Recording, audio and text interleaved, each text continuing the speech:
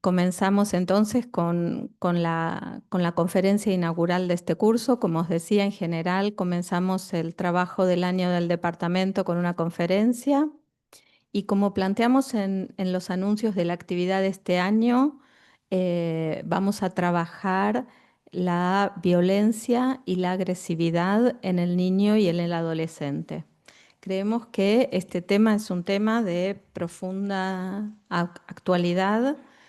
Todos los que recibimos niños o adolescentes en consulta o trabajamos con niños y adolescentes en la institución, en distintos ámbitos institucionales, nos encontramos ante múltiples demandas respecto a la violencia en los niños, con situaciones en las que los adultos no encuentran el modo de situarse, de leer y a veces de actuar frente a estas manifestaciones de violencia.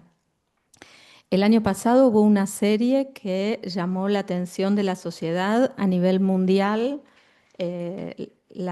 respecto del tema de la violencia, ¿no? Fue la serie inglesa Adolescencia, que suscitó debates, notas en la prensa, incluso, bueno, conversaciones aquí en la sede, numerosos artículos, pero sobre todo que fue récord en espectadores en todo el mundo, ¿no?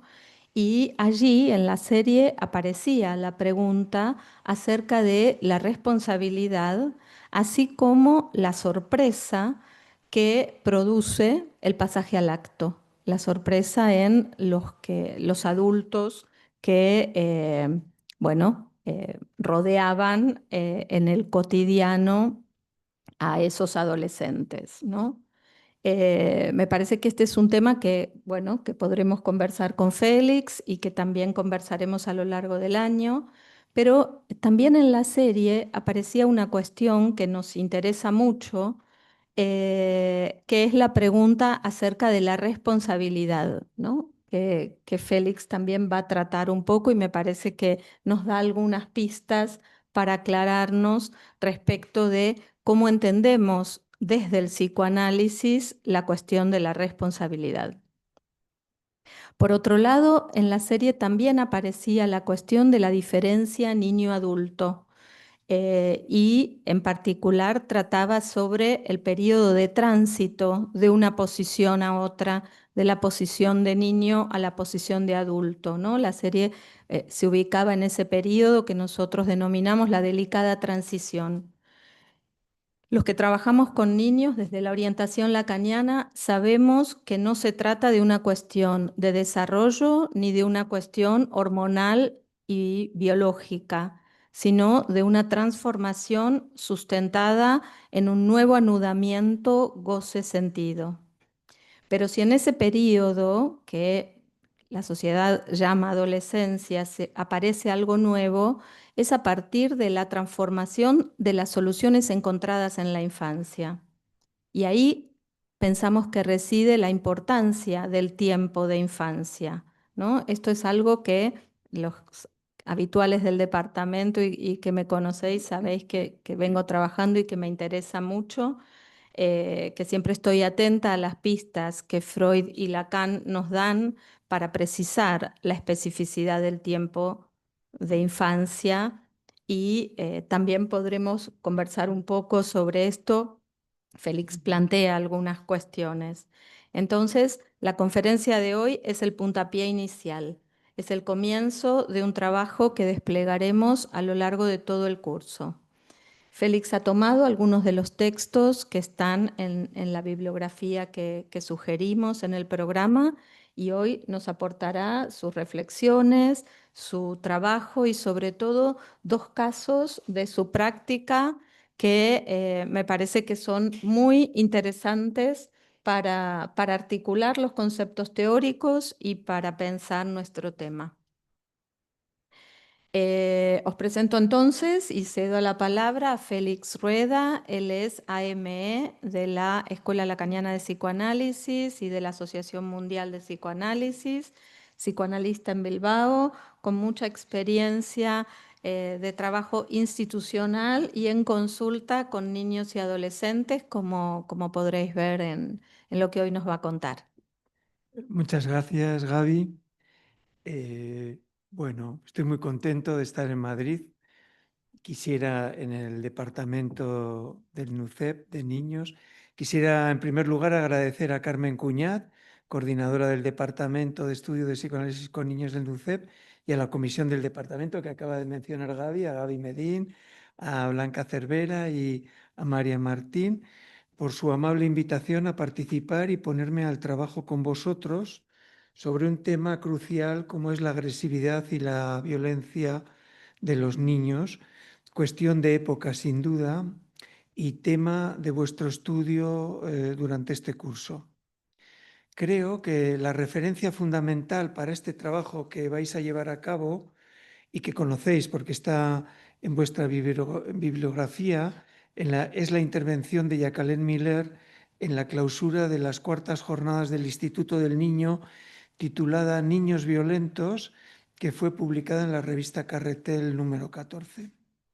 Más tarde tomaré algunos puntos de esta conferencia, pero antes quisiera abordar el tema de la agresividad y la violencia en los niños a partir de una discusión sobre el desarrollo libidinal en los niños que tuvo lugar en el movimiento psicoanalítico tras el giro freudiano de los años 20 y la formulación por Freud de la pulsión de muerte como más allá del principio del placer. Esto surge de un interrogante sobre la cuestión del superyo en los niños, para mí. Ya lo veréis, pero digo, ¿cómo aparece? ¿Eso está? ¿De qué se trata? Bueno, porque me parece que tiene que ver con esta cuestión de la violencia. Para la segunda generación de psicoanalistas, el psicoanálisis con niños aparecía como el futuro del psicoanálisis. Esto ocurría en vida de Freud y era sostenido por aquellos que no tomaban en cuenta los desarrollos de la segunda parte de su obra, la segunda tópica freudiana, especialmente los desarrollos teóricos sobre la pulsión de muerte. Pulsión de muerte, de la que traigo una definición de Freud de 1922 por el tema que trabajamos hoy. La he encontrado un poco releyendo algunos textos y decía, me parece que viene a cuento, ¿no? Dice así Freud: un grupo de estas pulsiones trabaja sin ruido, persiguen la meta de conducir al ser vivo hasta la muerte, por lo cual merecerían el nombre de pulsiones de muerte y saldrían a la luz, como tendencias de destrucción o de agresión.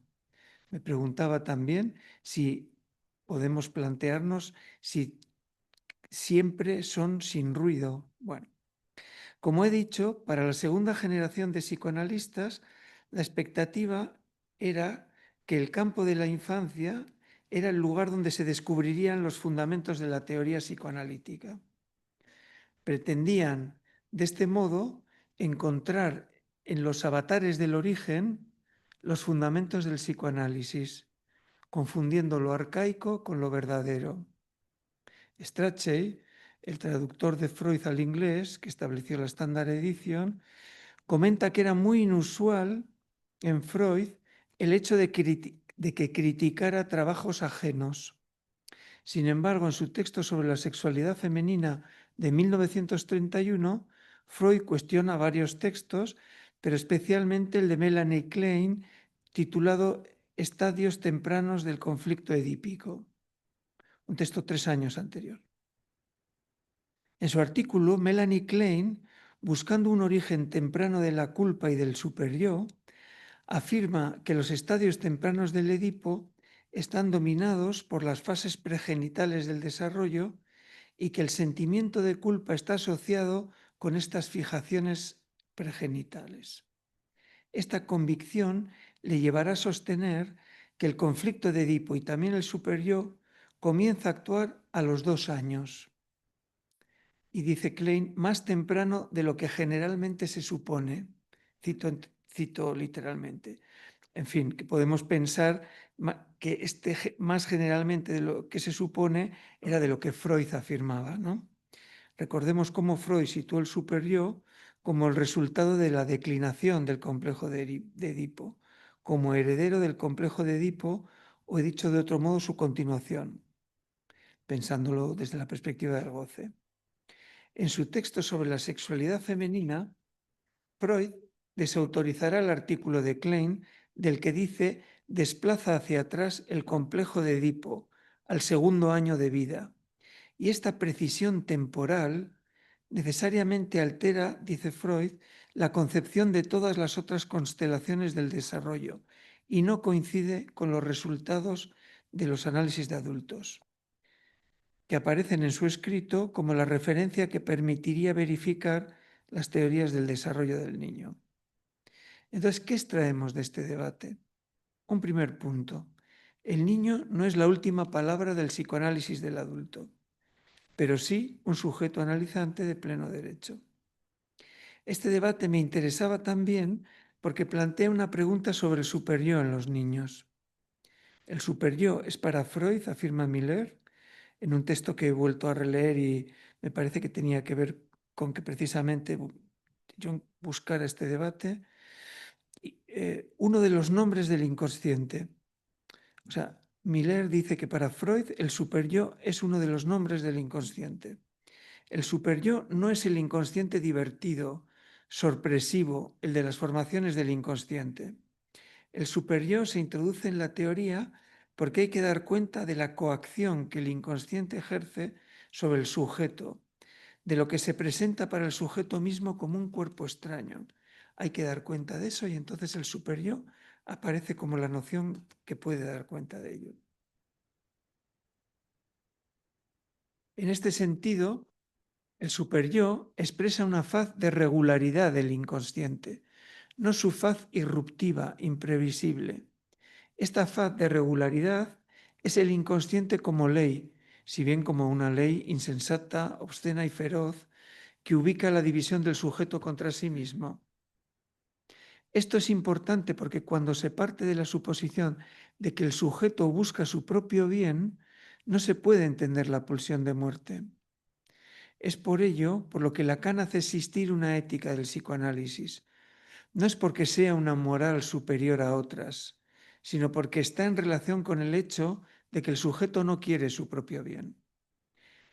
La ética del psicoanálisis es diferente a todas las anteriores de la tradición occidental porque ésta no remite al bien del sujeto, sino a aquello en lo que el sujeto es su peor enemigo, al odio de sí, de su goce, lo cual remite a su propia división.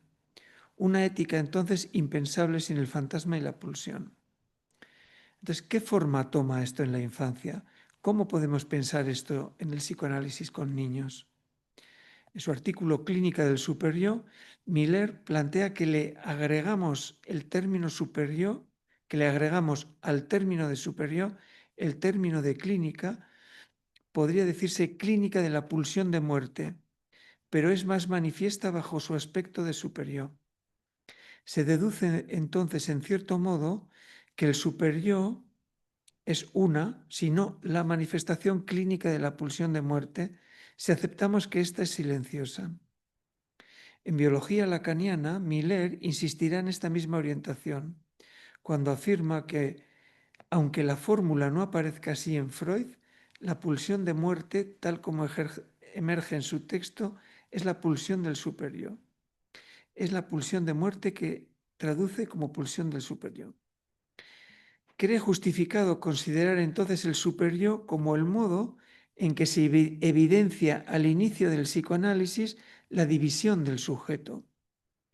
Miller toma el término que Lacan usa al comienzo de su texto, su escrito, su versión del sujeto y dialéctica del deseo, cuando señala que el psicoanalista está sumergido en la evidencia de la división del sujeto y que ésta es constitutiva de la experiencia analítica en sí misma. Entonces, ¿dónde hallamos la división del sujeto en el niño? Miller, en el prefacio del libro de Len Bono, El inconsciente del niño, plantea que los psicoanalistas no están muy seguros de que los niños tengan un inconsciente digno de tal nombre. Bueno, es un debate que viene de los anafreudianos que decían que la transferencia era muy difícil porque se competía con la de los padres, en fin. Pero hay toda una tradición que lleva a Miller a decir que por eso el superior desaparece un poco como noción también de la noción habitual de los psicoanalistas. Y lo que plantea en este prefacio al maravilloso al libro de Lembono, plantea que los psicoanalistas no están muy seguros de que los niños tengan un inconsciente digno de tal nombre, que me parece es lo que muestra el debate del año 31. Bien, no hay inconsciente, dice Miller, sin represión. Ahora bien, la represión comienza con el periodo llamado de latencia, son los 6 años, sobre los 5 o 8, ¿no? Es la afirmación de Lacan en el Seminario 6, cuando dice el inconsciente se funda cuando el niño percibe que sus padres desconocen sus pensamientos. Esta fórmula que en el Seminario 6 se encuentra para hablar de la represión. Entonces ahí aparece el inconsciente y antes, ¿no? Que es este debate que les traía. Después, entonces, de la represión es seguro que hay inconsciente. Hasta ese momento se duda de ello. Miller propone que hay otra noción del inconsciente. Es el inconsciente real, el inconsciente como imposible de soportar. Están las formaciones del inconsciente que se descifran, que producen sentido, pero está también lo que hace agujero, lo que está de más, lo que hace, dice Miller, traumatismo, o sea, que hay algo de más, de exceso de o traumatismo, lo que hace agujero y trauma, ¿no? La defensa, como decía Freud, no tiene la estructura de la represión. La defensa está antes que la represión. El parletre se encuentra directamente allí, crudamente, confrontado a lo real, sin interposición del significante que, dice Miller, es cataplasma, ungüento, medicamento. Entonces, previo al inconsciente como reprimido, está el inconsciente como real, lo insoportable. O dicho de otro modo, cada uno habitado por un imposible de decir que nos hace hablar, que finalmente es una definición del superior. Bien, entonces pasemos ahora a la agresividad y violencia de los niños. En este momento, yo creo que de impasse de la civilización, donde lo simbólico ya no es lo que era y el discurso no contiene, no hace función de defensa frente al goce, y entonces emerge la violencia que surge en múltiples ámbitos, también en el de la vida del niño como evidencia del malestar, como ha planteado Gaby antes en relación a esta serie que da cuenta de eso, ¿no? Este malestar ha generado un código, una neolengua propia de la época, también podemos discutir de eso, lo hacíamos un poquito antes, que se ha intentado, hay una neolengua que se ha intentado pasar a los protocolos y a las leyes, en un intento de regular un real que se presenta cada vez más desbridado de lo simbólico, un real sin ley. Sintagmas S1 que intentan regular este goce, digo los protocolos, son sintagmas, protocolos en la educación, protocolos en muchos ámbitos que pretenden regular este goce desregulado. La violencia de género, con sus declinaciones, la violencia vicaria, etcétera, el sufrimiento en el trabajo, el moving, encontraba el otro día también el bossing, que es el acoso por parte de un superior jerárquico, y el acoso sexual, además del acoso horizontal, el ciberacoso, y en el campo de la infancia el bullying, el acoso en los colegios, la violencia contra sí, los suicidios de los adolescentes, los cortes en el cuerpo.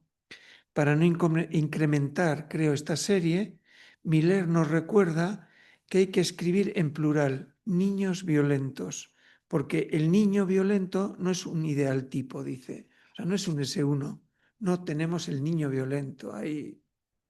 Por eso me parece para sacarlo precisamente de toda esta serie que intenta hacer códigos y protocolos. Bueno, en esta conferencia de clausura de las cuartas jornadas del Instituto del Niño, solamente tomaré el primer punto y el último, porque me parece que son ejemplares. También voy a traer luego un par de casos de mi práctica para demostrar cómo la violencia no es un síntoma, que es la cuestión que me parece, seguramente ustedes conocen esta conferencia de Miller, pero yo la he vuelto a leer un poco para para el día de hoy y realmente he encontrado algunas cosas que podemos luego discutir, verdaderas joyas cada vez que uno lo lee, ¿no? Y el último punto, porque hace más bien a la cuestión de la agresividad, que se puede pensar en otro registro. O sea, el punto 10º trata de esa cuestión y quizá me parece que la demostración que hace Miller de que cómo la violencia no es un síntoma es importante también para un poco razonarla en relación a los casos que presento, ¿no? Porque lo que dice Miller es que un síntoma es un desplazamiento de la pulsión. Él hace una lectura de inhibición, síntoma y angustia, que ustedes pueden ir ahí a leer, pero dice esto. Freud define el síntoma como un signo y un sustituto, un Ersatz, un sustituto de la satisfacción pulsional que no se llegó a realizar, que no ha tenido lugar. Sin embargo, en la violencia no se produce una sustitución de una satisfacción, ni un desplazamiento. O sea, no se produce una sustitución de una satisfacción que no se produjo. No es lo mismo fantasear, pone un ejemplo ahora no sé si es de André Breton o de Luis Aragón, bueno, de uno de los surrealistas, diciendo hay que matar a no sé quién es, vaya. Y luego dice, es una fantasía. Entonces, se produce esta dimensión del desplazamiento de una satisfacción que no se cumple. Pero la violencia, tal como la entendemos, o sea, como la entendemos, no, como la encontramos hoy en día en nuestras consultas, es de una satisfacción que no ha logrado este signo y desplazamiento, o no cumplida, sino que lo que vemos es que se ha realizado el pasaje al acto. También no quiero dejar de mencionar que en noviembre tendremos unas jornadas donde seguramente encontraremos también casos pragmática de colegas que no sé si necesariamente de niños, pero que hablan y seguramente también tratarán esta cuestión. Bueno, entonces, como decía, el síntoma es un Ersatz, un sucedáneo de un goce rechazado, definiendo la castración como un rechazo del goce. El goce debe ser rechazado, no debe de haber ocurrido para que pueda advenir. El precio de este proceso de represión es la formación del síntoma. La legalización del goce, dice Miller, se paga con el síntoma. A partir de este punto pivote, Miller señala 10 puntos que ya vais a trabajar, que no tomaré, solamente el último. Tomaré el punto 10º porque hace la diferencia entre esta cuestión de la violencia del lado de la pulsión con la agresividad, que tiene que ver también con el título del trabajo vuestro para este curso. Miller plantea en este 10º punto, dice, bueno, nos manda a todos a leer a la agresividad en psicoanálisis y el estadio del espejo. Pero dice algunas cosas. Dice, este punto concierne a lo imaginario, sobre la violencia en lo imaginario, que Miller no desarrolla. Más bien podemos pensar que si la violencia es del lado de lo pulsional, la agresividad, que son los textos a los que él nos lleva a leer, son del lado de lo imaginario, aunque merece una lectura un poco más detenida, pero creo que se puede leer en esta dimensión de los registros. No es lo mismo la tensión agresiva, tal como Lacan la plantea en su escrito, que esta dimensión que encontramos ahora de la violencia, que tiene que ver también con cómo fue aquel congreso, el nombre de aquel congreso de la MP, que era lo simbólico ya no es lo que era, ¿no? Y que hay algo que nos encontramos con eso precisamente.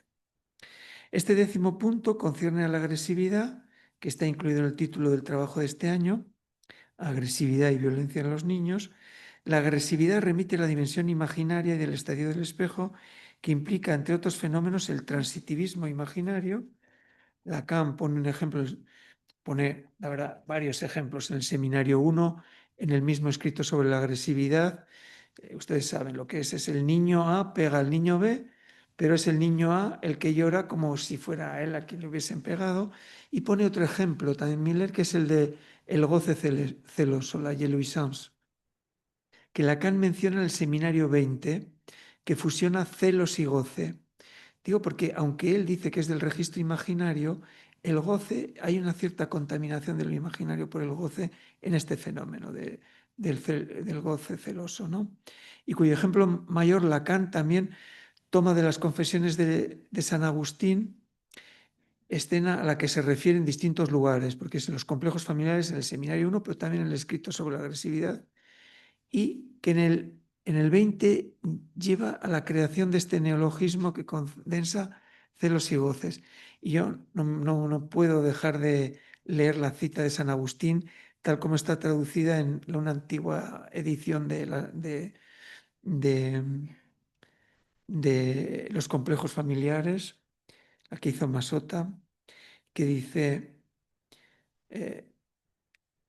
esta escena de San Agustín narra en el libro 1 de las Confesiones del lugar del usurpador, diciendo que los celos infantiles han llamado la atención desde hace mucho tiempo. Y Lacan cita al de Hipona diciendo, he visto con mis propios ojos, dice San Agustín, y observado a un pequeño dominado por los celos. Todavía no hablaba y no podía mirar sin palidecer el espectáculo amargo de su hermano de leche. En el 38, Lacan señala el punto crítico revelado por estas investigaciones es el de que los celos en su base no representan una rivalidad, sino una identificación mental. Es una identificación imaginaria con el goce que obtiene el otro. Sabemos que el nacimiento de un hermanito o hermanita puede favorecer determinadas dimensiones de la agresividad de este orden imaginario. En cuanto al goce celoso, que Miller sitúa aquí en el registro imaginario, la lectura de su conferencia Cómo revelarse, que creo que está también en un carretel, es esclarecedora sobre este punto. Miller alude a este punto cuando termina su conferencia diciendo que hay que dar su lugar, ahora me refiero a la conferencia de niños violentos, dice que hay que dar, creo, su lugar a una violencia como modo de goce, no entrarle de frente, ya que no corresponde al analista ser el guardián de la realidad social. Sí, lo que viene a decir es que no hay que hay que aceptar en cierto modo la violencia del niño y no pretenderla educar. Luego podemos discutir sobre esto también a partir de los casos. Ya que no hay que descuidar que hay una rebelión del niño que puede ser saludable y diferenciarse de la violencia errática. Bueno, he seleccionado algunos casos de mi práctica que me enseñaron sobre la violencia y el dispositivo analítico. He escogido dos que están publicados y uno del que también hablé creo en unas jornadas. Bueno, este caso se llama El inocente responsable. Atendía a Lucas en una institución a la que acudieron sus padres desesperados. Lo hacen después de que su hijo haya sido expulsado del colegio en varias ocasiones. Sus notas son buenas, sin embargo, insulta y agrede a sus compañeros de manera violenta y también a varias maestras.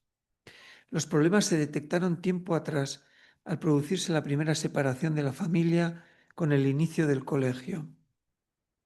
Lucas tenía entonces 3 años y ya arremetía contra los otros, verbal y físicamente, pasando largos ratos de espaldas a los compañeros sin hablarles, accediendo a jugar con ellos solo si no le contradecían. Cuando esto ocurría, sus reacciones eran desproporcionadas. Asimismo, los ruidos de la clase le resultaban insoportables y se tapaba los oídos, asustándose mucho con los ruidos inesperados. Los padres relatan también cómo mostraba miedo frente a cosas inofensivas para otros, como el viento, o si algo le caía manchándole el jersey, entraba en pánico gritando, quitadme eso de ahí. Creo que esta violencia anunciaba una psicosis en formación, la que aparecía antes y estos efectos. Cito a Miller en la conferencia de niños violentos. A los 4 años los padres se separan y debido a los problemas en la escuela comienza un recorrido por diversos tratamientos, varios años con una psicóloga que lo diagnostica de TOC y posteriormente en servicios públicos de psiquiatría donde es diagnosticado de síndrome de Asperger. Cuando le recibo tenía 8 años. Los recuerdos de la madre sobre la infancia de Lucas son borrosos. No recuerda ni cómo comenzó a andar ni a hablar. Primeras entrevistas, cansado y aburrido. En la primera entrevista, Lucas se mostraba muy reticente y silencioso, escondiéndose de mi mirada y ocultando la cabeza entre sus brazos, cruzados, que apoyaba sobre la mesa.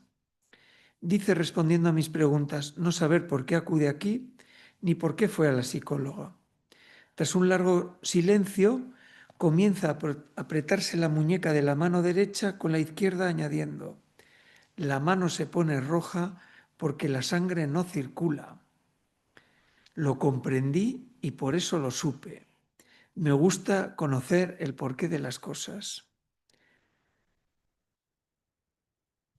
Le digo que es así, que le gusta conocer el porqué de las cosas, aunque no sabe por qué viene a verme. Tal como plantea Miller, no se trataba de hipnotizarme por la causa, aunque en esta primera entrevista él mismo propuso que hay la causa de las cosas. Sacar el tema de la violencia, insistirle por sus razones, por qué hacía esas cosas, era algo que seguro que otros habían hecho antes. Se trataba de aceptar que hay una violencia que es en sí misma su propia razón y aceptar buscar su determinismo en un segundo tiempo. Es lo que dice Miller en esta. Las noticias que me llegan del colegio al mismo tiempo que voy teniendo estas primeras entrevistas son que Lucas es expulsado reiteradamente de clase debido a agresiones constantes a los compañeros. Todas se inician sin causa aparente. Según los educadores, su posición es la de todos contra mí, siendo él siempre inocente y la culpa de los otros. Tras insultar gravemente a una profesora y volcar, era una profesora embarazada, que creo que no era cualquier cosa, y volcar en ese momento 2 mesas de la clase, aconsejo medicar a Lucas y también ponerle un auxiliar para los momentos difíciles, el comedor y el recreo. Frente a la aparatosidad de los pasajes al acto en el colegio, Lucas, en su estilo reticente y su tono melancolizado, va estableciendo poco a poco una queja como constante. Está cansado y aburrido. Dice estar aburrido desde siempre. Y cuando esto le ocurre se siente mal hasta llegar al dolor de cabeza. Tiene que buscar algo con qué divertirse y sabe que no lo puede hacer con los otros chicos. Explica cómo le da pena recordar las pocas ocasiones en las que se divirtió, porque ese tiempo ya pasó. Tengo el recuerdo, pero no lo estoy viviendo ya, no lo estoy viviendo, ya no es ese momento. Y eso le hace llorar. Por otro lado, de día está muy cansado porque a las noches las pesadillas le despiertan. Oscila entre el aburrimiento y el exceso. Consentir a entrar en el dispositivo. No tardará en contarme que tiene muchas peleas en el colegio. Los dichos y gestos de los otros se tornan alusivos para Lucas, especialmente en el patio o en la clase de gimnasia, donde el enjambre de las voces que surge de los juegos en los que los otros le jalean invitándole a correr y a pillar, le resultan injuriosos. En su certeza de que los otros niños le insultan, se burlan de mí, me llaman gordo y gilipollas. Es una injusticia que se metan todos contra uno. Se burla y él les pega. Esta es su posición subjetiva. Víctima de la injusticia, él se defiende. Muchas veces en casa, en el colegio, le han intentado convencer de que no es así, sin ningún resultado. Sin embargo, no discutir su certeza permitió sugerirle que responder a los otros como él lo hacía le traía muchos problemas. Lucas estuvo de acuerdo y ese fue su modo particular de consentir a entrar en el dispositivo psicoanalítico. A partir de aquí me comentará detalladamente cómo aparecen estos signos, cómo cuando se burlan él no puede pensar en nada más que en pegar. Su interpretación es que se aburren y se divierten metiéndose con él. Él les oye cómo le dicen, has hecho trampa. Se meten conmigo y siente eso. Y solo pienso en pegar. No puedo frenarlo.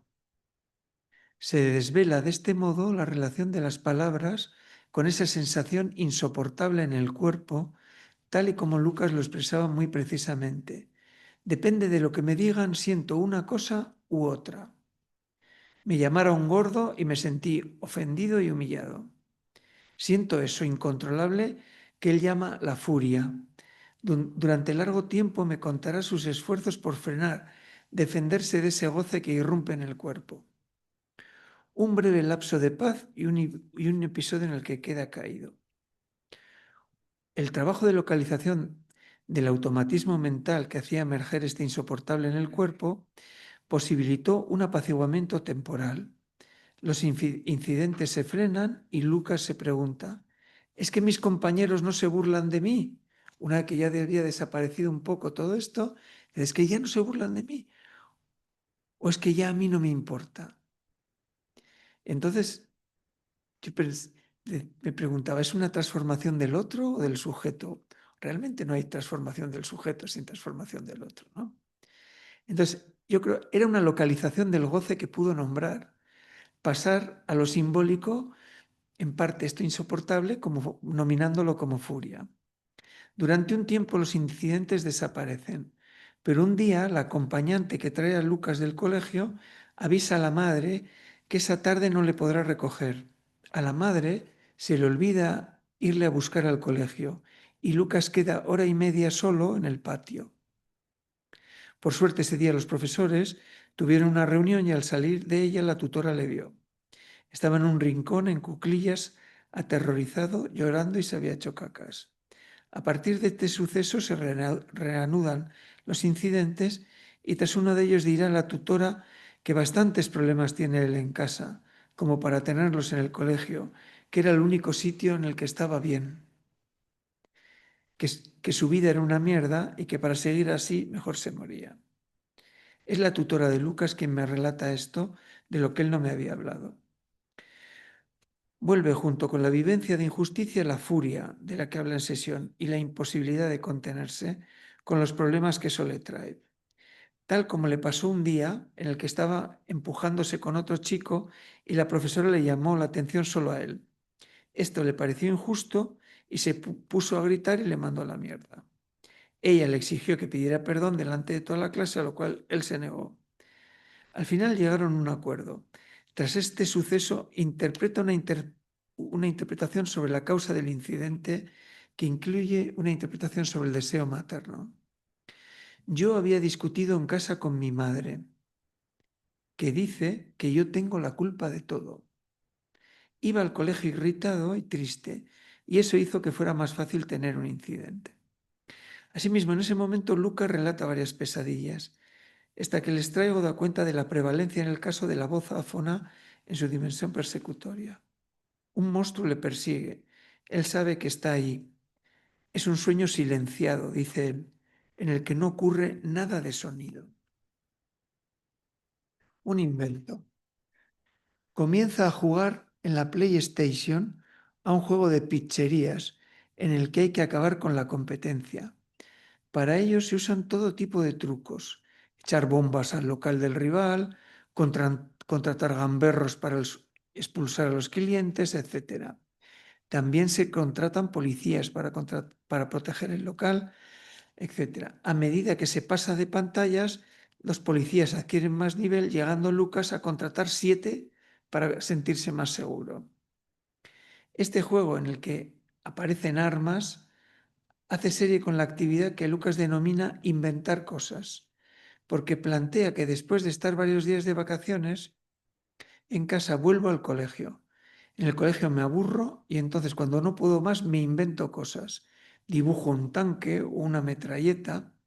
Se me ocurre también construir cosas. No sé cómo se me ocurren. Son cosas de lógica, de encajar piezas del Lego. No sabe cómo esto le viene a la mente, pero cuando no puede más, eso le tranquiliza. Este atisbo de invención sirve para frenar el pasaje al acto. Es decir, es un modo incipiente en el caso de regular este malestar insoportable en el que el cuerpo, de insoportable en el cuerpo que le empujaba al pasaje al acto. ¿Por qué? Porque si bien la interpretación de Lucas es que el otro le persigue porque se aburre para divertirse, lo cual es totalmente proyectivo, Es su aburrimiento lo que le empuja al pasaje al acto para animarse. Oscila entre el aburrimiento y la furia. Las agresiones a los otros han sido sustituidas por los dibujos de tanque y metralleta, que hacen serie con el juego de eliminar la competencia. Y también por la lógica de encajar piezas del Lego, que nos remiten a la lógica causa y efecto aplicada al cuerpo de la primera entrevista, la mano que se pone roja porque la sangre no circula. Esta invención modesta sorprende en cierta medida al sujeto cuando dice que no sabe cómo le ocurre. Sin embargo, frente a la total exterioridad con la que él recibía los insultos de corte alucinatorio, el sujeto ahora se puede atribuir inventar cosas. Creo que entonces que para que se produzca la invención el sujeto debe consentir a entrar en el dispositivo, es decir, a responsabilizarse de su malestar, del aburrimiento, de la furia, incluso en el caso de un inocente.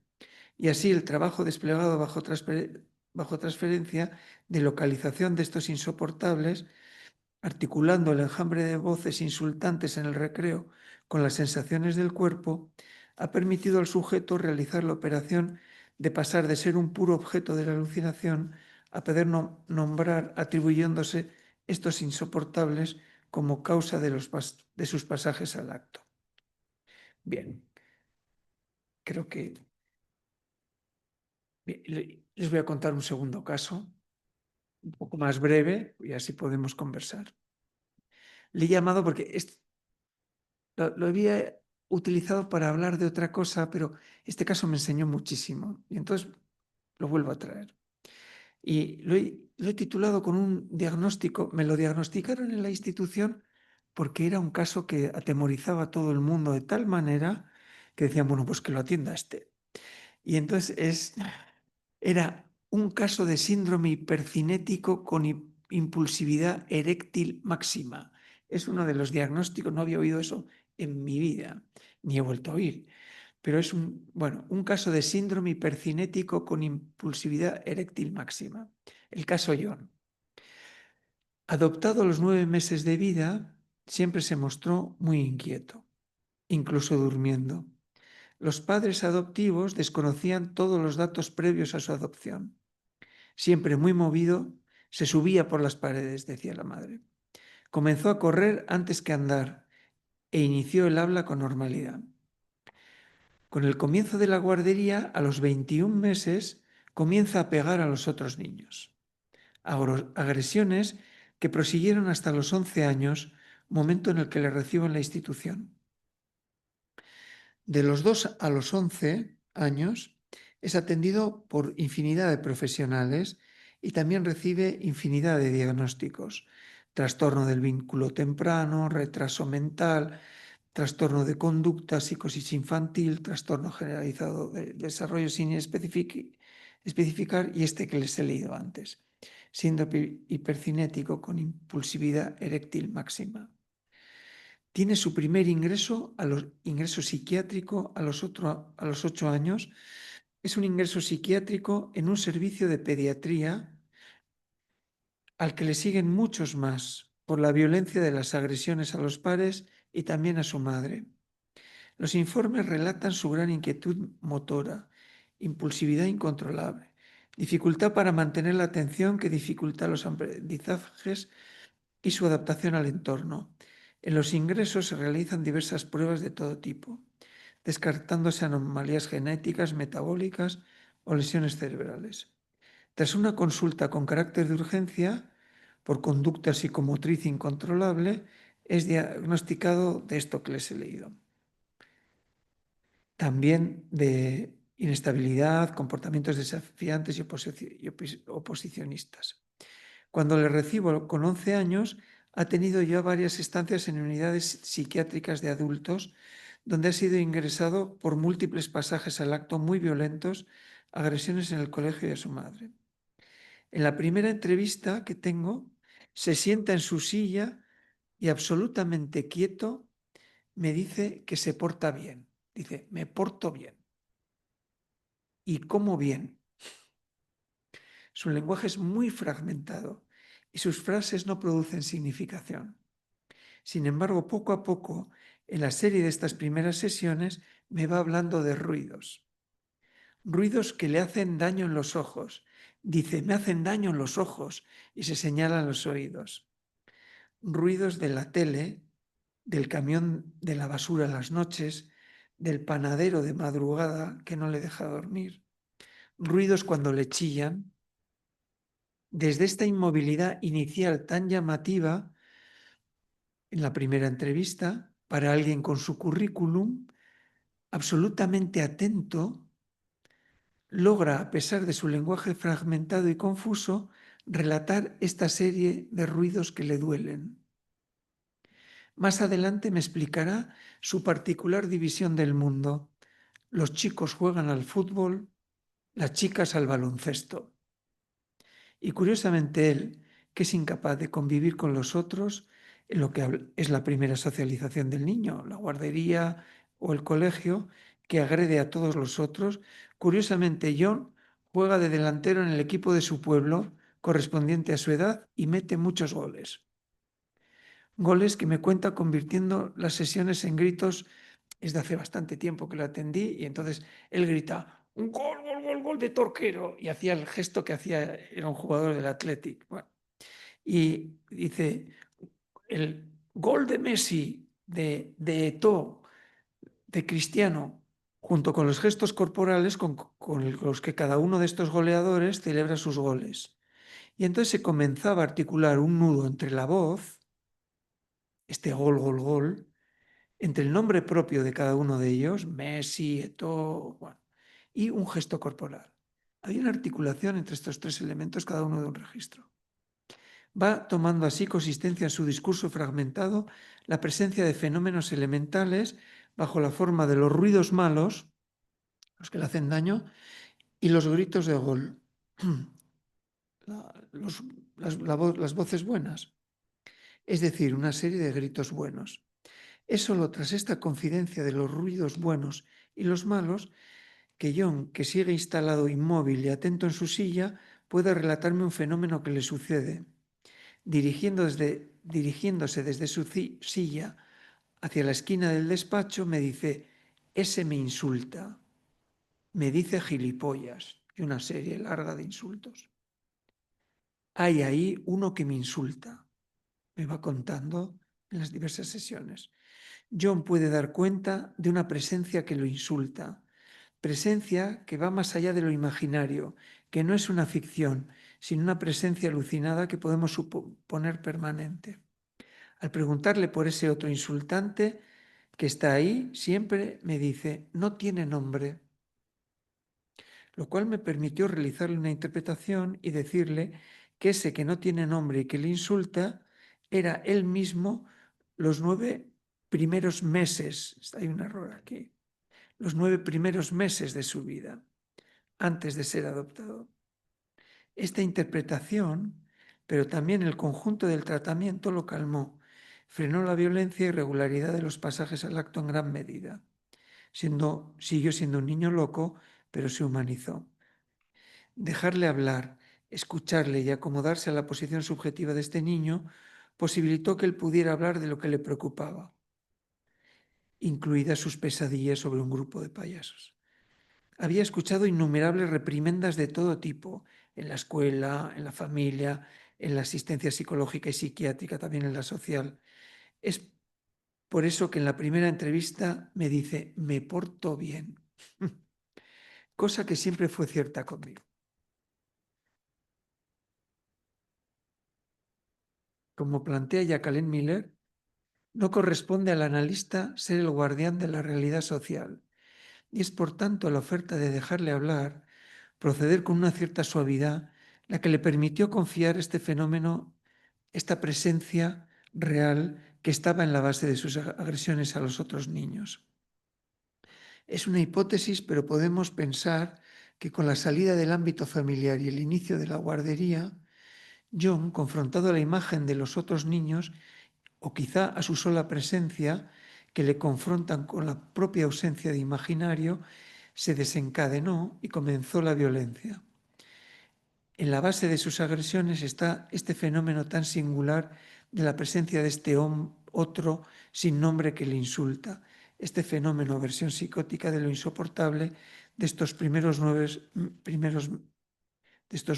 nueve primeros meses previos a la adopción. Entonces, la violencia tiene una función que nos orienta, ya que es una respuesta, un tratamiento de lo insoportable. Se trata de ayudar al niño a construir sus coordenadas y quizá a desplazarlo. Lo insoportable es, como bien dice John, eso que no tiene nombre, lo innombrable para cada sujeto, efecto sin duda de una contingencia para cada uno de nosotros. Gracias.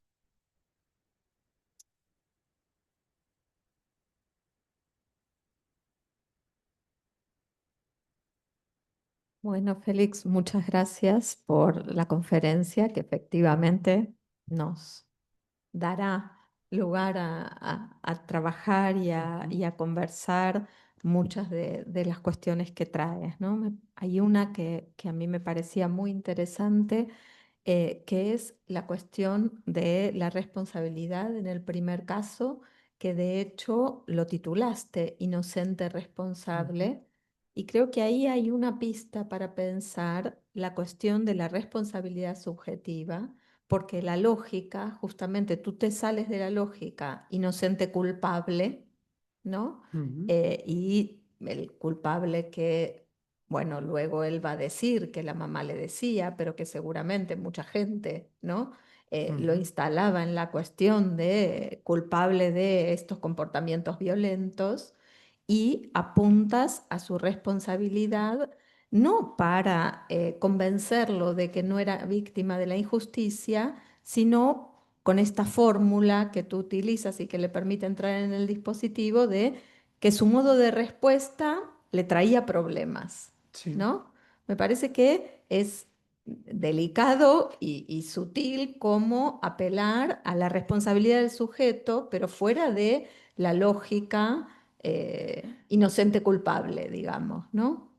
Claro, desplazarse del lugar de garante social. Yo entiendo que la psiquiatría tiene en ese sentido una Papel. función de garante, porque ¿no? Está esta conferencia también clásica de Miller de salud mental y orden público, dice, cuando uno hace mucho lío en lo público, pues se lo retira, bueno, o se le atiende de una manera. En el niño es distinto también eso también, porque a veces la escuela es como un poco, se les piden a la gente de la educación que hagan de muchísimas cosas. Bueno, pero bueno, yo lo que este caso me enseñó es eso, que también decirle a él, eso no hay que hacerlo, eso está mal, pero no se comete una injusticia contigo, porque él tenía la idea de que todos estaban contra él, porque él lo hacía. Yo cuando señalo esta cuestión de, de que él tiene una interpretación del deseo materno, no es porque la madre, quizá en algún momento lo ha dicho eso, pero lo que él tiene es una interpretación del deseo del otro, que él siempre es el culpable de todo. Mm. Y frente a eso, él toma una posición de eso es una injusticia.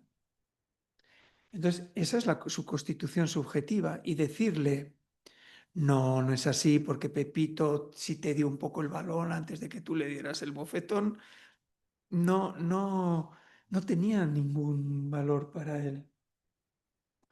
Lo que me enseñó, primero, lo entendí de un poco también del lado de la clínica más clásica, que no se trata de cuestionar el automatismo mental en términos de psicopatología.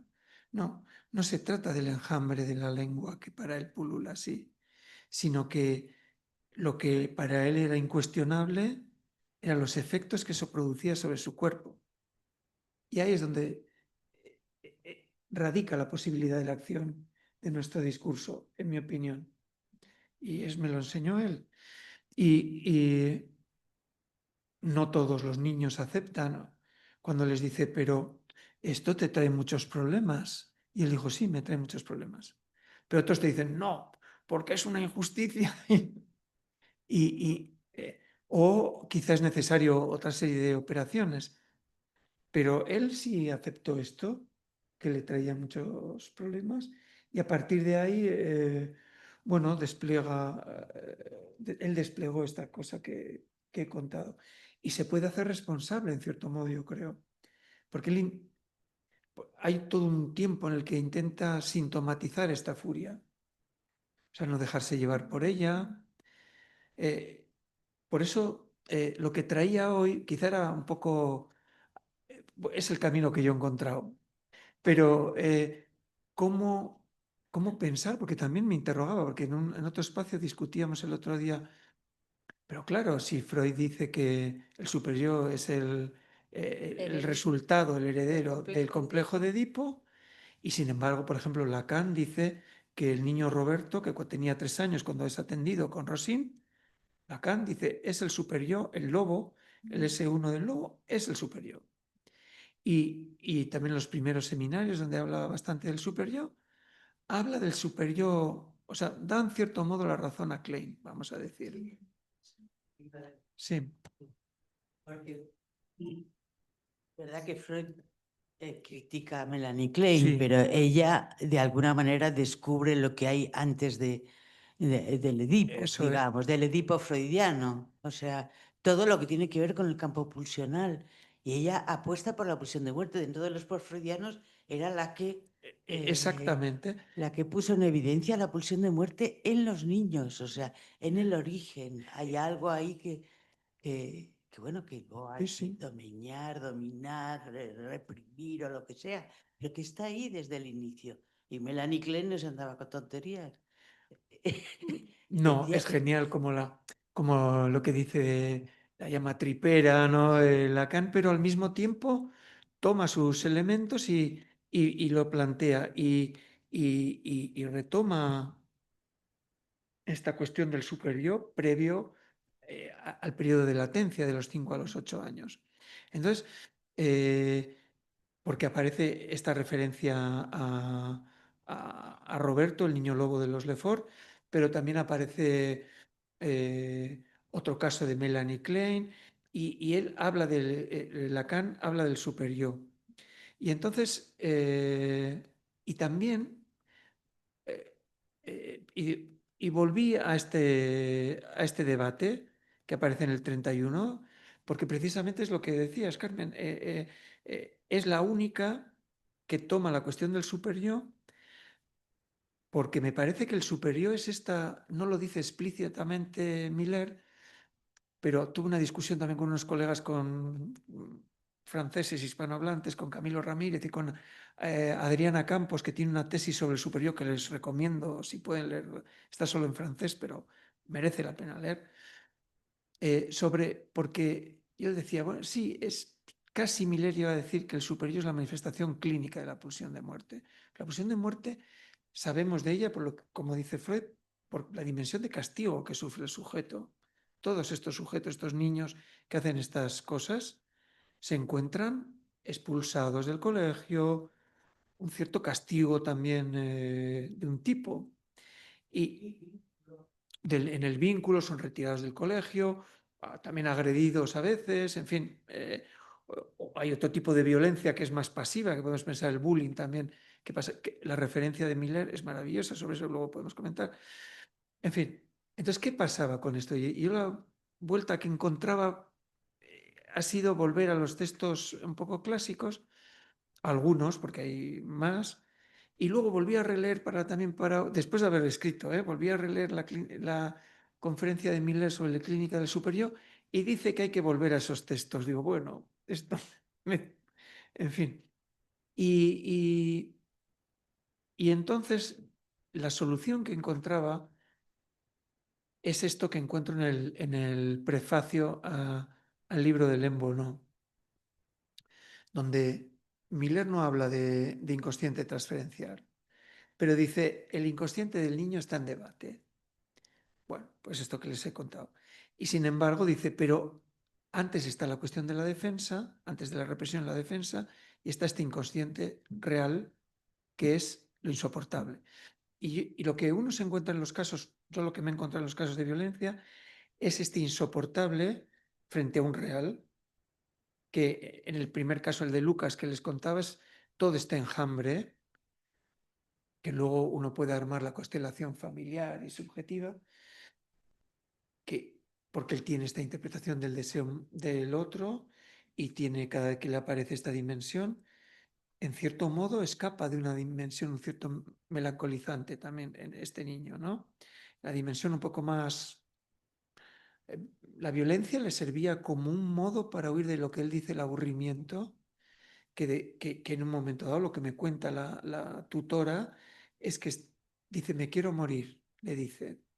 O sea, aparece esta vertiente que no aparecía tan claramente tampoco en el trabajo conmigo, pero que el pasaje al acto era un modo de solución difícil, vamos a decir. Sí, que es Pero que difícil. esta cuestión más paranoide lo Sí, sacaba de la melancolía. es una dimensión, porque tiene, sí, lo sacaba de esta dimensión melancólica y entonces encontramos una función del acto, que es muy del pasaje al acto, que es difícil de explicar a otros discursos, que nosotros podemos encontrar algo así en un niño de 8 años, ¿no? Bueno, me parecía muy interesante. Y lo que decías de la responsabilidad, pues apuntar a cómo él va a cernir, porque es lo que el caso John también tenía una chica de prácticas cuando estaba, y dice, ¿qué va a pasar con este chico que hace estas cosas? Y estábamos los dos así quietos, quietos, y el otro chico también. También, y decía, me porto bien. Y dice, sí, sí, todo, bueno, tiene su cosa.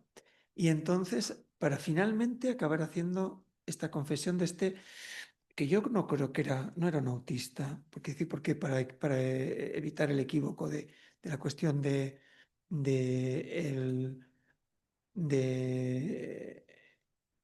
el gemelo, esta dimensión paralela del imaginario paralelo, no. Era el mellizo preñado de delirio clásico, me parece. Y lo que hacía era insultarle. Entonces, cuando él logra cernir un poco esto real, bueno, a mí me salió esta interpretación. Eso iba a decir, ¿no? Esa interpretación, ¡Pum! quería preguntarte Yo no un hice un poco cálculo, cómo la has pensado, no porque la pensé. es una una construcción kleiniana casi, No, ¿no? no, o tipo pegan a un niño en la construcción Yo no la calculé. en un segundo momento, pero, Sí. o sea, te salió así.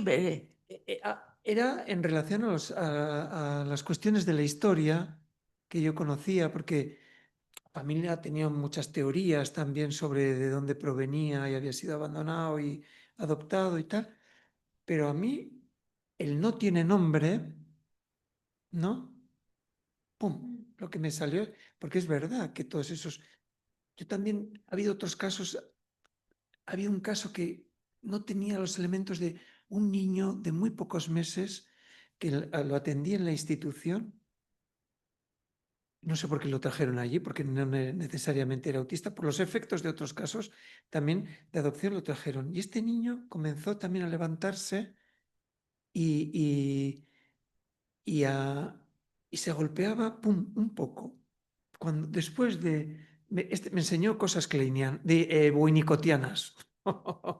Me enseñó lo que era eh, el objeto transicional, que es chuparse el dedo y circunscribir la boca. Eso que lo cuenta este Winnicott en algún lado. Lo hizo una vez y entonces también me permitió decirle algo que tenía que ver con que se castigaba y comenzó a hablar. Y lo adoptaron inmediatamente y no lo pude atender. Pero digo por las pequeñas violencias también. Y yo no hice un cálculo de la interpretación, la verdad. Yo tenía los elementos del caso, era un caso que me preocupaba porque era de una violencia extrema. Y entonces estas cosas que iban apareciendo eran muy difíciles de explicar también, que los ruidos del basurero eran una dimensión de la alucinación mala de un cuerpo totalmente desestructurado, que decía, me duele ahora eran los oídos, me duelen los ojos, ¿no? Creo, me duele la boca y se apuntaban los oídos. Yo hice me salió así y creo que sí, que atinó un punto para cernir algo de lo real. Sin embargo, en el primer caso, él pudo hacer esa operación porque disponía de otros recursos simbólicos. Y llamar furia a este fenómeno, un goce en el cuerpo que tenía en la teoría clásica, es cuando aparece la alucinación, el fenómeno senopático, pero bueno, eso es como que se siente en el cuerpo. Pero lo que me enseñó es que se puede, que él podía cernir este goce y lo llamó furia. Y luego hizo todo este tipo de trabajo sobre eso, porque él quería frenar esta furia, porque le venía mal. Y entonces de esto se pudo hacer responsable del goce que él sentía, ¿no? De la injusticia. Porque eso estructura, en aquel momento no era posible. Y sin embargo, eso transformó la relación al otro un poco. Tampoco. Y dice, ¿qué pasa? Que es que a los otros ya no. ya no me molesta, no soy yo que he cambiado. Lo dijo el chico, ¿no? Eso es curioso. Bueno, no sé si hay preguntas en la sala, comentarios. Vamos a ir pasando la palabra. Marjorie, sí, claro. Vale. Bueno, muchas gracias. Me imagino que vamos a tener tiempo en el departamento de establecer esta diferencia que traías como tan precisa, ¿no? Entre violencia y agresividad. Y yo me he quedado, pero me gustaría que si nos pudieras o me pudieras un poco orientar más, porque decías que la violencia está, o se piensa que no es un síntoma, ¿no? Decías, en la violencia no hay una sustitución, es como una satisfacción de la pulsión de muerte o de lo pulsional, ¿no? Mientras que en la agresividad lo pusiste del lado de lo imaginario, no sin el goce, pero del lado más desde lo imaginario. Pero cuando escuchaba los casos, pensaba, ¿no? Si ahí podemos cernir también qué pensamos, ¿no? Creo que el primer caso lo trabajaste más como desde la violencia, pero me es difícil cuando vemos a un niño con esa sintomatología, ¿no? Que reporta el colegio, poder leer algo, ¿no? De dónde se ubica eso, por ejemplo, ese pegar a otro, que uno lo puede ver como un síntoma, pero hay que hacer la precisión, ¿no? Por lo que te he entendido de si viene del lado más de una violencia, que no va a establecerse como un síntoma, o de la agresividad. Pero es como que se me mezclan a la hora de escuchar cuando traen el sufrimiento, ¿no? La agresividad tenemos un clásico, yo no tengo, pero en las jornadas de trabajo con niños o incluso las jornadas de la escuela también, vemos, por ejemplo, no sé si hacer propaganda de mi mujer que no me está escuchando. Ah, ¿no? No, porque, bueno, pero ella presentó un caso, bueno, pues de una niña que acaba de tener una hermanita en febrero aquí en Madrid. Y entonces se empieza a portar muy mal con las chicas del colegio, pero de estas intrigas femeninas, pero les hace pequeñas maldades y al mismo tiempo también maltrata un poco a la hermanita y tiene muchas pesadillas, que es por la que consulta. Entonces, es un desplazamiento de un cierto deseo sobre esta dimensión celosa sobre la hermana, lo que al final se releva, se ve. Pero porque es verdad que Lacan habla de más cosas, pero principalmente habla de una cierta tensión agresiva en el mundo contemporáneo y también en un montón de fenómenos. Entonces, lo que vemos es en los niños muchos síntomas a veces que tienen que ver con esta tendencia, esta dimensión agresiva. Pero no, yo hablo aquí, Lucas lo que era, le da casi con la silla, tira en una clase de niños de de 7, 8 años. Coger con la silla, tirársela a la profesora embarazada, tirar todas las sillas, pegar a los otros.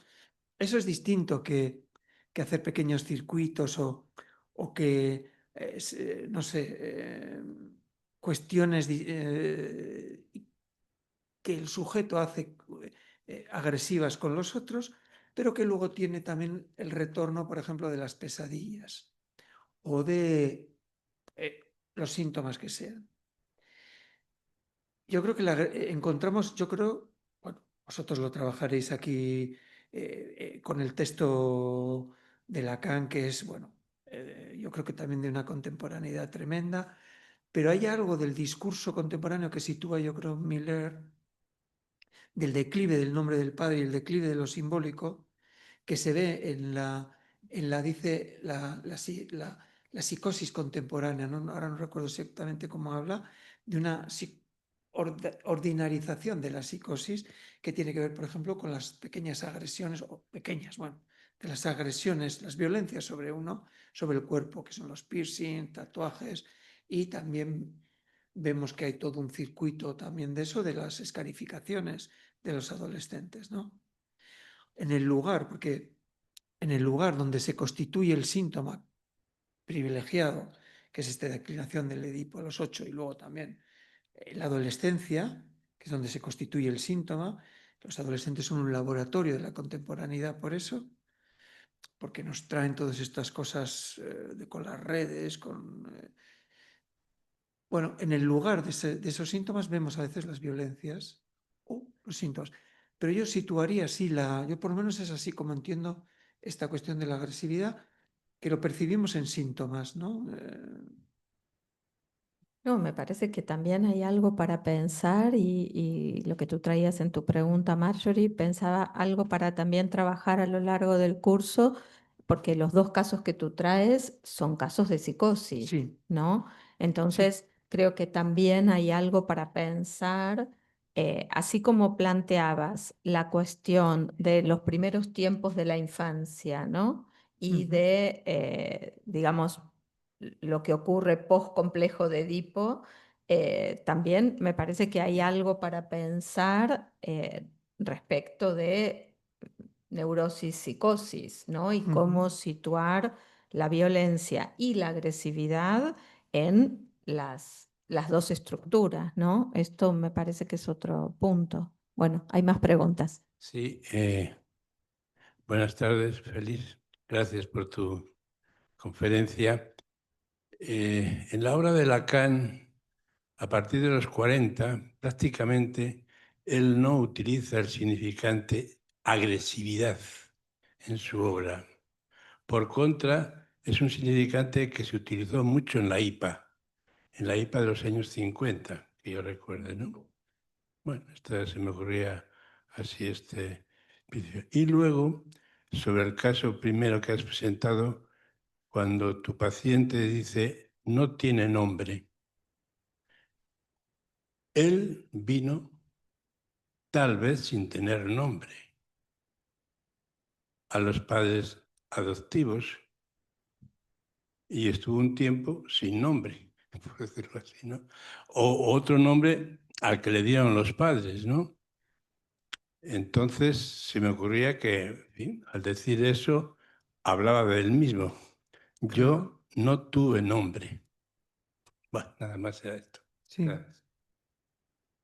Bueno, es lo que apuntabas en la interpretación, ¿no? Sí, creo que es verdad. Lo que creo que Lacan hace con su escrito sobre la agresividad es, en cierto modo, articular, es una crítica a la IPA, porque en el fondo lo que viene a decir es que él sitúa toda esta cuestión del lado del estadio del espejo y frente a la idea de promover un yo de síntesis, un yo fuerte y todo eso. Pero bueno, es también nos sirve, es un escrito que nos sirve muchísimo hoy en día. Y sí, la interpretación, lo que yo le hago apunta a esto que plantea, ¿no? que planteas, porque nosotros sabemos, es la pregunta que dice, lo que dice Miller, se pone en duda el inconsciente del niño, el inconsciente como reprimido, pero lo que vemos es que el inconsciente, en su dimensión de real, la psicosis, aparece a cielo abierto, cuando el sujeto necesita de un tiempo quizá, si eso es posible, que no siempre es posible, en el dispositivo en el que nos puede confiar eso. Y cuando lo hace, nos confía este real, esa es su dimensión del inconsciente que él no se puede atribuir. O sea, porque cuando Lacan habla de la cadena rota con sus valores de voz, de atribución y de tiempo, él no se puede atribuir esta dimensión de real. Y entonces, yo lo que le digo es, eres tú, en cierto modo, y pum, y apunté ahí, y le digo que sí, que él hubo un tiempo en el que no tuvo nombre. Y también, yo no le digo, no tuvo imaginario. O sea, no tenía la rivalidad agresiva con los otros, aunque lo que es misterioso para mí es cómo este chico podía jugar al fútbol, porque el fútbol es un dispositivo lleno de normas y de reglas. En fin, pero sin embargo carecía de imaginario, me parece, y entonces yo creo que la primera presencia en la guardería, que a veces nos encontramos esa cuestión, con niños que quizá las agresiones no son muy escandalosas, no sé cómo decir, que no alarman tanto, pero encontramos un tipo de agresión frente a la presencia del otro. El otro, sí, pero quería Blanca. Ah, perdón. Eh, Me parece que también habría que considerar que muchas instituciones son superyoicas, en el sentido de que del nivel de exigencia, de exigir rendimientos. Tú lo has comentado, ¿no? De que la respuesta que hay única es elaborar múltiples protocolos, múltiples expedientes, ¿no? Donde lo que importa es pues la eficacia, el rendimiento, etcétera, ¿no? Entonces, me pregunto si eso también no provocará en todos los sujetos que viven en esas instituciones unos excesos de violencia, ¿no? Yo creo que las instituciones están hechas para regular el goce. Y también yo creo que todas tienen su función social. Deseamos mandar a nuestros hijos para que se eduquen y esperamos que el hospital funcione. Bueno, esa es mi opinión. Entonces, es verdad que cada uno escoge las instituciones donde les quiere llevar en relación a lo que para cada uno es un goce más vivible, porque el que es muy religioso los manda allí, el que no es tanto los manda allá, y cada uno, Dios los cría y ellos se juntan, vaya. O sea, que son las afinidades selectivas en relación al goce. El goce es un imperativo para cada uno, pero uno quiere sí, que supongo que uno quiere que su hijo se forme en la religión, lo llevas ahí porque quieres que acepte un imperativo, pero si quieres que sea libre pensante, lo llevas también a ese imperativo. O sea, yo creo que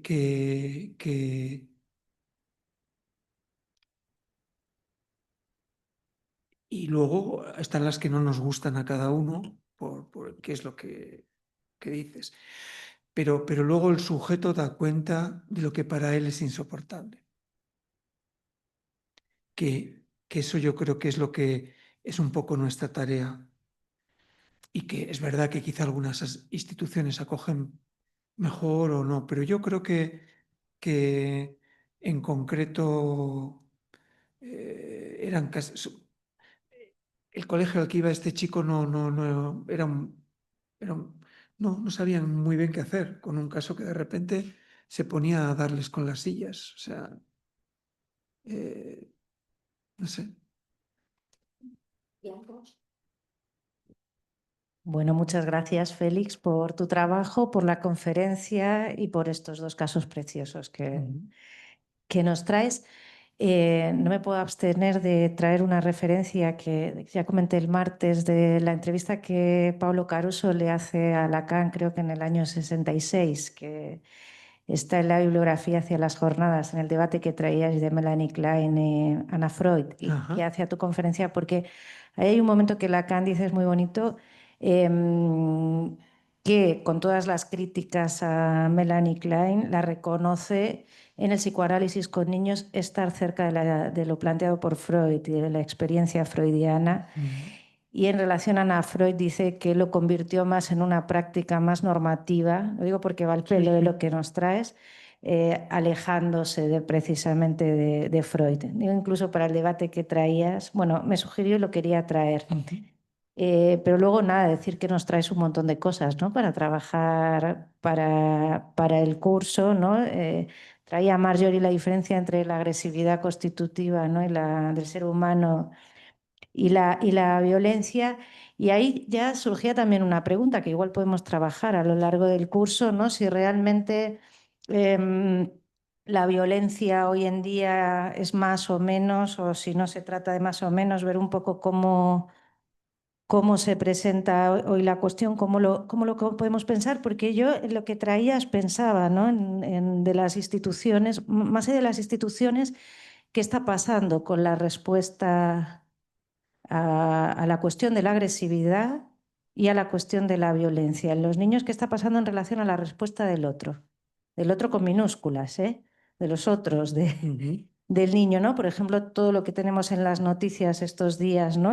En relación al caso de Sevilla y lo que se va desplazando ahí, ¿no? Por ejemplo, con los protocolos y qué pasa con el acto también hay de los adultos. Bueno, temas para abrir, para trabajar en el curso. Y luego me parece que lo que has traído de los casos es una preciosidad como muestra la posibilidad, ¿no? Lo que puede plantear el psicoanálisis en relación a la lectura de estas cuestiones.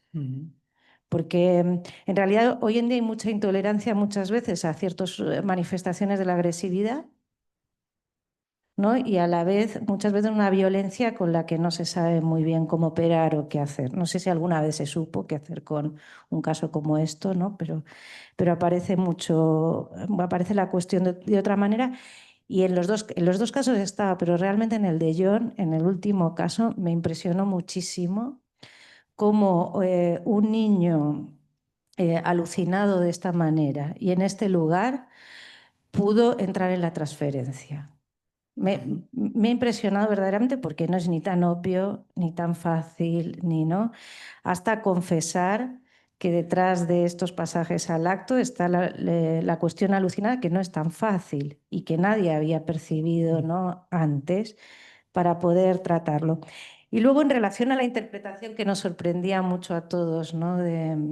Tenía una pregunta para hacerte porque me parece que el niño lo que va pudiendo consentir en un caso así, donde no hay el cuerpo está fragmentado, el lenguaje está desarticulado, a partir de la transferencia y poder tolerar un otro ahí, va haciendo una trama, va entrando en una trama.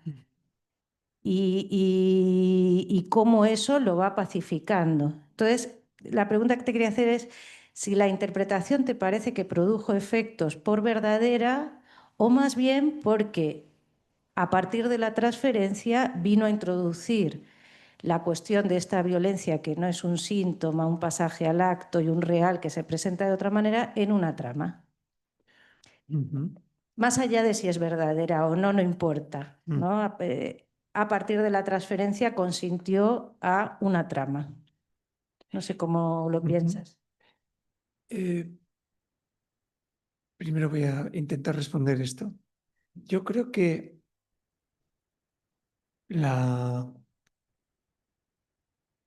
esto que decía de que hay un imposible a decir que nos empuja a hablar,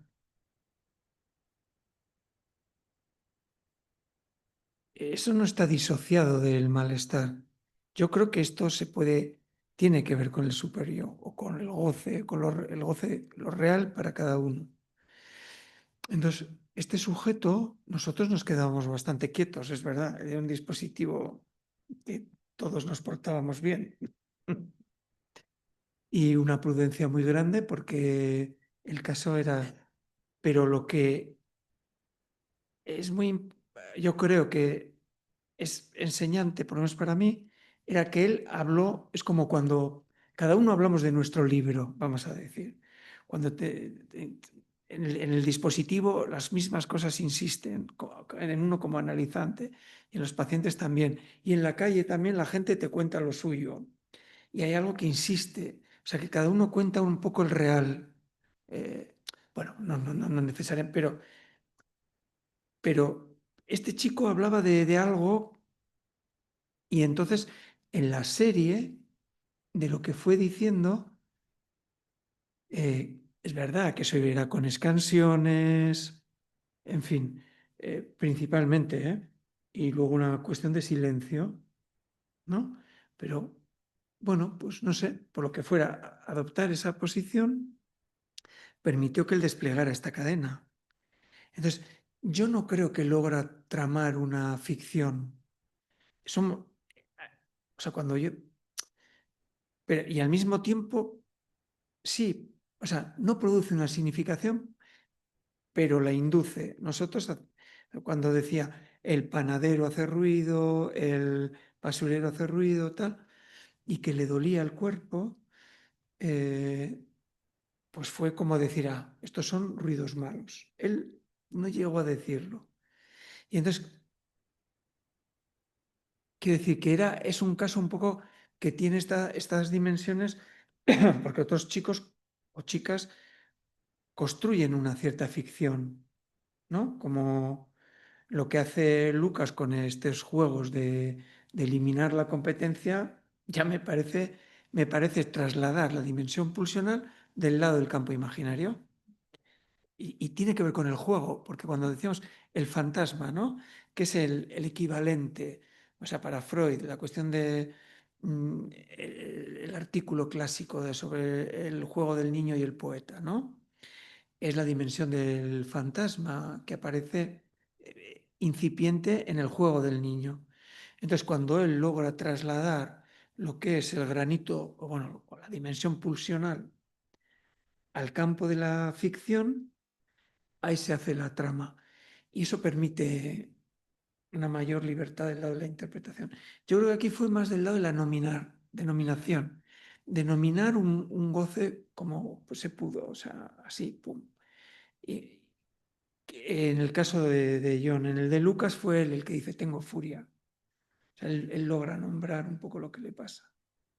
Entonces, nombrar lo real no es, a veces es envolverlo con la ficción, sí, pero son ese unos, ¿no? Que dicen, son furia.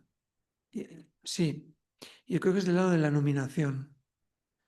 Y bueno, pero bueno, no todos los sujetos tampoco consienten. Hay todos los casos que enseñan porque entraron en el de... Sí, es verdad que sí, los sujetos entran en el dispositivo y otros no. Por eso es también así, porque uno no encuentra cómo, porque ellos no ceden. Es verdad, sí. Sí, justamente lo interesante es que es el uno por uno, Sí, ¿no? Y que efectivamente no es que desde el psicoanálisis tenemos un protocolo ni no, una receta para el tratamiento de la violencia, sino más bien esto apuntando a el sujeto y caso por caso, sí. ¿no? Bueno. Muchísimas gracias, Félix. Creo que así nos has Muchas gracias a vosotros. disparado muchas cuestiones que iremos retomando. Y nada, nos vemos entonces el tercer, cuarto, cuarto jueves de noviembre. Muchas gracias.